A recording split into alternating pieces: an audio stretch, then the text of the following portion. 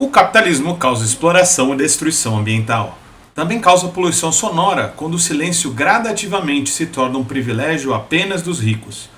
Usinas, trânsito, britadeiras, explosões e guerras. É fácil visualizar esse tipo de perturbação aos ouvidos nessas situações. Mas você sabia que o capitalismo gera um genocídio sonoro nos rios, mares e oceanos? Quase toda a vida marinha já está impactada por poluição sonora. Praticamente todos os peixes conhecidos são capazes de ouvir sons, e os invertebrados também são capazes de detectá-los.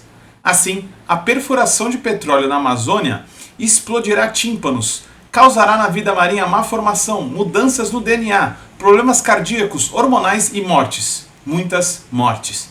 Aliás, isso já está acontecendo somente com os estudos para a perfuração da foz do Amazonas. Tudo isso patrocinado com fake news e desinformação. Petróleo e capitalismo, como genocídio sonoro e fake news, são os temas dessa semana do Vozes Livres.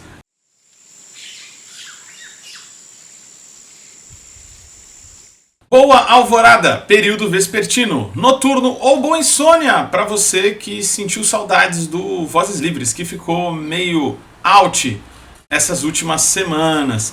Pois é, galera, tivemos umas adaptações aí técnicas e estamos voltando agora, mas com a qualidade de pesquisa e essas nossas belíssimas introduções de sempre. Peço aí para você compartilhar, curtir, claro, fortalecer o canal aí do Jones, o Farol Brasil, mas não esquecer também de curtir e seguir a gente lá no nosso canal, que é mais pequenino, mas tem muita informação bacana. Vozes Livres, procura no YouTube e compartilha, curte, segue também, liga o sininho. Bom, galera, a gente está numa conjuntura complicadíssima, onde existe um tal de negacionismo de esquerda em ascensão.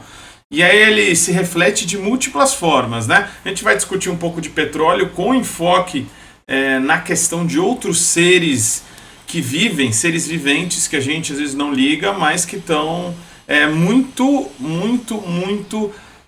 próximos de uma lógica de sobrevivência, de tal modo que se a gente afeta a vida de seres não humanos, a gente está, já com o nível de crise que a gente tem, afetando a própria vida. Vamos começar primeiro como que foi patrocinada a extração de petróleo na Amazônia com desinformação e fake news. Eu queria muito trazer isso porque a gente precisa resgatar um pouco o que de fato aconteceu nos últimos tempos.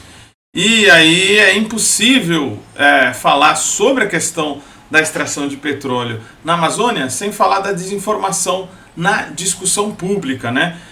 Então vocês conseguem ver aí nessa excelente reportagem do sempre excelente também Intercept, lá de fevereiro, hein? Vejam bem, onde mostra que o debate público foi distorcido para poder trazer menos desgaste para o governo federal e para toda a coalizão extrativista que quer expandir a fronteira do petróleo para cada vez mais para dentro aí da Amazônia e do Foz do Amazonas, sim, tá?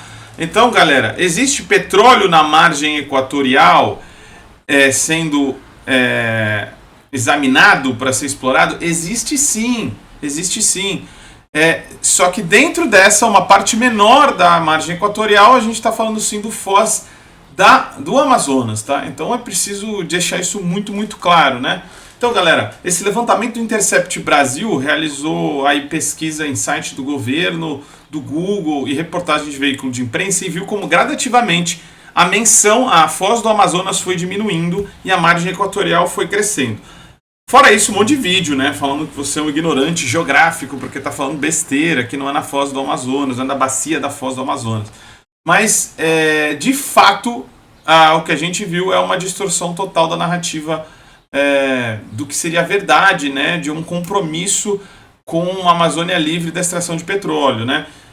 Então, aos poucos, o governo federal foi pressionando. O Lula chegou a dizer que era um lenga-lenga o que estava se fazendo ali a partir do IBAMA e de outros órgãos ambientais, e aí a gente começou a se perguntar, né? Será que tem alguma questão com essa questão das expressões usadas, Foz do Amazonas e a margem equatorial? Então, o que traz nessa reportagem do Intercept é que para os ambientalistas e especialistas essa alteração não foi mero detalhe semântico, né? foi para redefinir a percepção do público. Então, enquanto o Ministério de Minas e Energias falava muito mais em margem equatorial, o Ministério do Ambiente, as áreas mais ligadas ao ambiente e setores ambientalistas, reafirmavam que estava sim em jogo a extração de petróleo na foz do Amazonas, né? Então, é verdade que a Petrobras tem interesse em explorar petróleo em múltiplas áreas da margem equatorial, não apenas na foz do Amazonas, né, galera? Então, é bom ficar bem claro isso aqui, de que muito mais do que apenas a foz do Amazonas é o que busca explorar a Petrobras, né, pessoal? Então, eu vou trazer aqui novamente um mapa só para a gente dar uma olhada, né? Então, todo esse quadrado aqui amarelo, né, que tem ao longo não só do norte, mas do nordeste, a gente chama de margem equatorial. Porém, todavia, entretanto, a foz do Rio Amazonas está aqui, ó. Então, é uma parte menor a bacia do Rio Amazonas e a foz do Rio Amazonas em relação à margem equatorial. Então, foi sim uma distorção semântica, um certo tipo de fake news e desinformação em tempos que a gente ataca tanto a extrema-direita por isso, né? Então, a foz do Amazonas sumiu do site do Ministério de Minas e Energia, tá? E até de outros também. Aí a Intercept fez um excelente levantamento de quantas vezes era mencionado em tal ministério um termo e outro, né? Então, no site do Ministério de Minas e Energias, a expressão foz do Amazonas foi encontrada apenas 2 vezes, enquanto margem equatorial apareceu em 23 ocasiões. Já no Ministério do Meio Ambiente, a tendência se inverte. Foz do Amazonas foi mencionado 12 vezes, contra 6 registros da margem equatorial. E aí, isso causou uma enxurrada de buscas no Google, e aí a desinformação estava feita, né? Então é para a gente pensar apenas, galera, que o que está acontecendo nesse momento é patrocinado não só por uma campanha extrativista, tem agronegócio no meio, tem as empresas estrangeiras no meio, tem até um setor mais conservador da Petrobras defendendo, mas também foi patrocinado por desinformação contra, né, a opinião pública. E aí, vindo para o nosso tema central, pessoal, o que a gente não tem noção, às vezes, do que pode estar acontecendo, é que a gente pode estar vendo um imenso ataque à questão da vida marinha, tá? Do ponto de vista de poluição sonora. Então, nesse estudo aqui que eu trago para vocês, o impacto do barulho no oceano, né, da poluição, o que representa para a vida marinha. Então, para vocês terem uma noção, dos cerca de 170 mil espécies conhecidas de invertebrados multicelulares e 20 mil espécies de peixes marinhos, todos esses peixes e boa parte desses invertebrados já está comprovado que tem uma capacidade de ouvir sons, né? Inclusive os invertebrados mesmo, eles são capazes de detectar sons e vibrações, né? E aí, galera, uma coisa que pode passar pela cabeça é que esses animais podem escapar, né? Mas eles não conseguem. A gente não deve presumir automaticamente que esses animais consigam de fato escapar. Às vezes eles têm reações tal como ficar parado, achando que isso é um ataque de algum predador, e às vezes isso o torna mais vulnerável até mesmo para ser comido por outros animais, né? É tipo uma resposta típica de susto, né? Ou alguns animais simplesmente não conseguem escapar do ruído e ficam totalmente perdidos também. Aí isso pode ter impactos tremendos, né? A gente já sabe também que os tímpanos dos mamíferos ele é destruído e eles ficam zonzos e às vezes morrem e a gente nem sabe porquê, simplesmente aparecem mortos, né? E aí o estudo também cita outra questão, né? Que muitos dos estudos se deram em laboratório e a sobrevivência em laboratório, onde os animais estão protegidos ali da predação, eles são alimentados e também são mantidos em água limpa e filtrada, não é a mesma coisa que a sobrevivência na natureza, né? Mesmo animais que são temporariamente feridos vão sofrer um risco maior de predação e vão ter a sua alimentação e reprodução comprometidas na natureza. Aí vai reduzir de fato a taxa de sobrevivência, né? Animais desorientados ou fracos, eles ficam mais fáceis de ser predados, né? E as suas habilidades de se alimentar também, né? Porque eles se comunicam por som entre si, né? Os animais, diferente aí dos liberais, eles agem coletivamente para sobreviver. Aí pode acontecer uma série de coisas, viu? Questão de doenças e infecções por estresse, induzidas por ruído, uma série de coisas, de fato, os estudos aí trazem. E esse estudo aí eu recomendo muito para vocês darem uma olhada. A gente está falando de estresse, de disfunção hormonal, de alteração no ritmo cardíaco da vida marinha. A gente está falando de uma mudança nos hormônios também, de incapacidade de conversar um com o outro. A gente está falando de impactos realmente muito sérios. É um dos maiores impactos do capitalismo na vida terrestre e, no caso, aquática também. Principalmente a poluição sonora, pessoal. Então, aí você pode pensar, veja bem, Guilherme, você está exagerando muito, né? A gente nem sabe o que vai acontecer a partir disso, né? A Petrobras é muito bem capacitada, mas a verdade é bem diferente, tá, pessoal? Então eu vou trazer um pouco a questão também do que já está acontecendo, né? Então, fazendo mais um react aqui, a gente consegue perceber que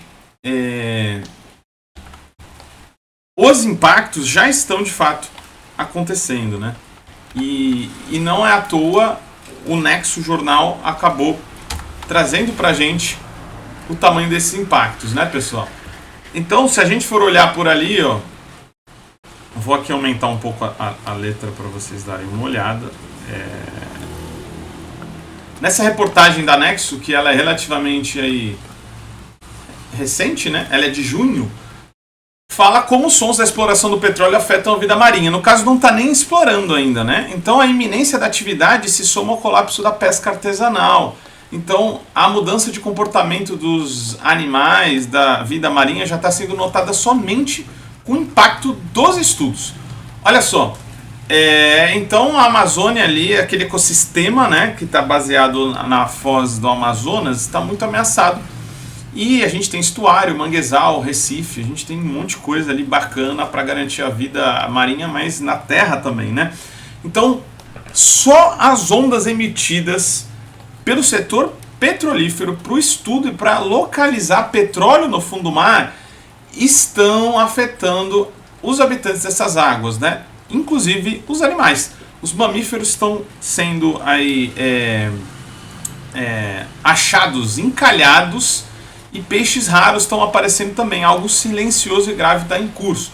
Aí o Júlio Garcia, que é pescador há 45 anos, é entrevistado, né, aqui nessa reportagem do Anexo, e ele fala que o mar está doente. E com ele também adoece o modo de vida das comunidades ribeirinhas. A gente avançando um pouco na reportagem, a gente vê que, né, já estava colocada a batalha daquele poço que agora foi liberado a sua licença, o Morfo, que é o Bloco 59, que está dentro da margem equatorial, mas especificamente localizado na foz do Amazonas. Ele é muito, muito, muito sensível, né? Então tem um sistema de recifes ali bem naquela área.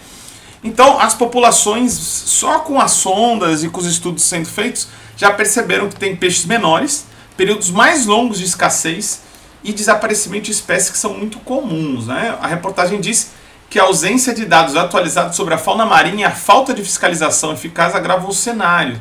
Então, tem pouquíssima ou quase nenhuma investigação sobre a questão sonora e da poluição sonora, o capitalismo como uma grande perturbação para a vida marinha, né? Sem falar a gente nas cidades, né? Muitos pássaros já estão sumindo porque justamente os barulhos da cidade do capitalismo estão perturbando todo tipo de vida, né? Então tem uma guerra, veja só, uma guerra acústica submarina perante a reportagem que está colocada no anexo. Então, canhões de ar comprimido disparados a cada segundo durante a prospecção sísmica são parte fundamental do processo exploratório para identificar a viabilidade de extração de petróleo na região. Então reafirma aqui e traz um estudioso que acaba reafirmando essa questão de ser extremamente perigoso para a vida marinha, não só o estudo, mas a prospecção de petróleo. Abre aspas aqui para o engenheiro bioacústico e diretor executivo da Universidade Técnica da Catalunha, Michel André, falando que a principal fonte de impacto no oceano atualmente é o som, muito antes da primeira gota de óleo. E ele diz que vai acontecer impactos que são simplesmente irreversíveis, né?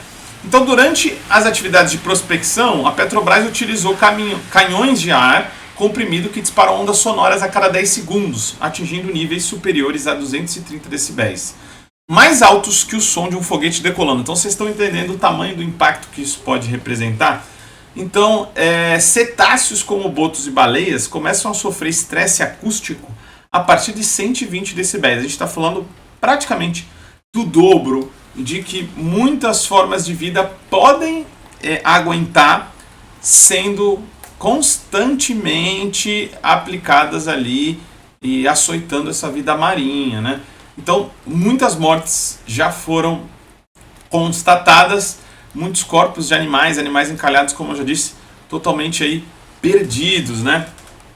Então, basicamente a reportagem ela busca fazer com que a gente reflita sobre a questão da poluição sonora, que ela é gravíssima, possivelmente mais grave até que qualquer outro tipo de poluição, no caso dos mares e oceanos, que já enfrentam vários problemas, né?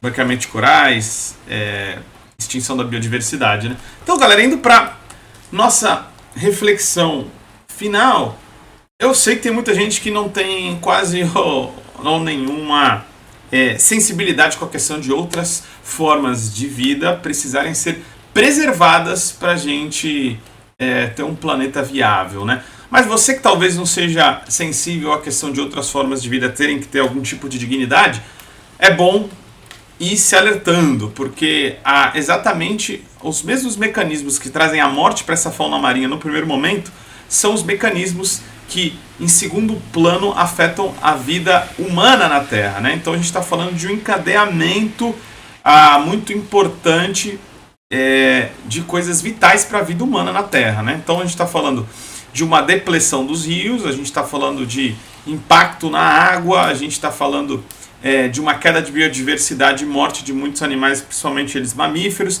Em segundo plano, a gente tem um impacto na vida pesqueira das comunidades ribeirinhas, a gente tem perturbação de uma coalizão extrativista que vai para aquela região, a gente tem condições objetivas de ver cada vez mais o extrativismo piorando as condições daquele local, o que em outro momento e concomitantemente também vai piorar e dificultar as nossas condições de vida, né? Então, ser solidário com o boto é ser solidário consigo mesmo desse ponto de vista.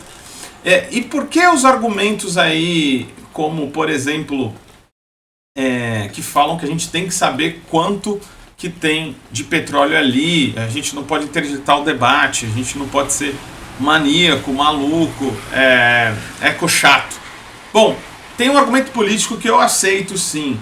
Eu entendo que sondar para a gente saber quanto de petróleo a gente tem armazenado é importante, apesar dessas perturbações, porque isso seria uma atividade momentânea, que duraria um certo tempo, teria um imenso impacto, tá? Mas com o passar dos anos poderia ser mitigado.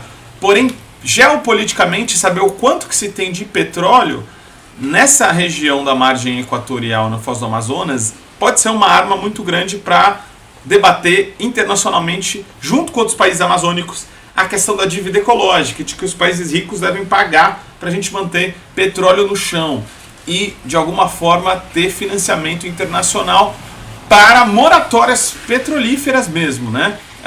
Então, do ponto de vista geopolítico, é interessante barganhar isso. Isso aconteceu na iniciativa Yasuni ITT no Equador, onde o movimento social falou, olha, a gente tem isso aqui e a gente quer ser pago para não extrair, e ao mesmo tempo a gente pode extrair X, mas taxando os ricos a gente também pode extrair X ao quadrado, né? Então foi uma interessante argumentação para tirar a natureza dessa questão da luta de classes e colocar ela a todo vapor, né? Se a gente quiser distribuição de bem-estar, a gente taxa os ricos ou cria outras formas de gerar riqueza e não pilha a natureza de novo. E aí tem um outro argumento de fundo que a gente deve ficar muito atento, que é de que o país, em cerca de 10 anos ou até um pouco menos, ficaria insuficiente na questão do petróleo.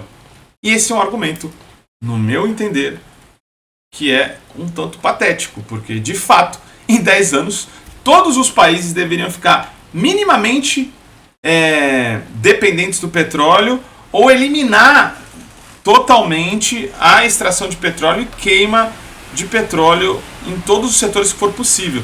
Então, a gente ter menos capacidade de produção e refino de petróleo daqui a cerca de 10 anos, tendo paralelamente feito de fato, né, tem uma transição energética que tem que ser feita, não nos moldes que está sendo falado aí, é exatamente o objetivo. Então é para o Brasil ter o pico de petróleo nos próximos anos mesmo e cada vez menos extraindo petróleo. Então o argumento é falacioso, porque necessariamente o que precisa ser feito é diminuir a produção de petróleo, o que não significa em ser um país dependente de energia. A gente tem que criar outras fontes de energia e ser autossuficiente delas. Então esse argumento é extremamente falacioso e inclusive ele nos coloca um desafio de usar o que a gente ainda tem de reserva para extrair para de fato sair do combustível fóssil. E aí, galera, não faz nenhum sentido também você começar a extração ali. Você está falando que daqui a 10, 15 anos você vai maturar o capital investido, você vai ter um pico de petróleo daqui a 15 anos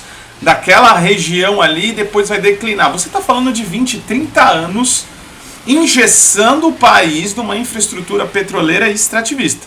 Então, nenhum desses argumentos faz qualquer sentido. Bom, galera, o papo é meio denso, eu sei que tem muita discordância por aí, mas o ecossocialismo, o socialismo, a revolução de verdade é experimentar, criar outras formas de vida, de economia, não tem caminho feito. E necessariamente o caminho para fora dos combustíveis fósseis, ele nunca foi trilhado. Então, vai envolver uma grande experimentação. E a esquerda nunca foi conservadora nesse sentido, né?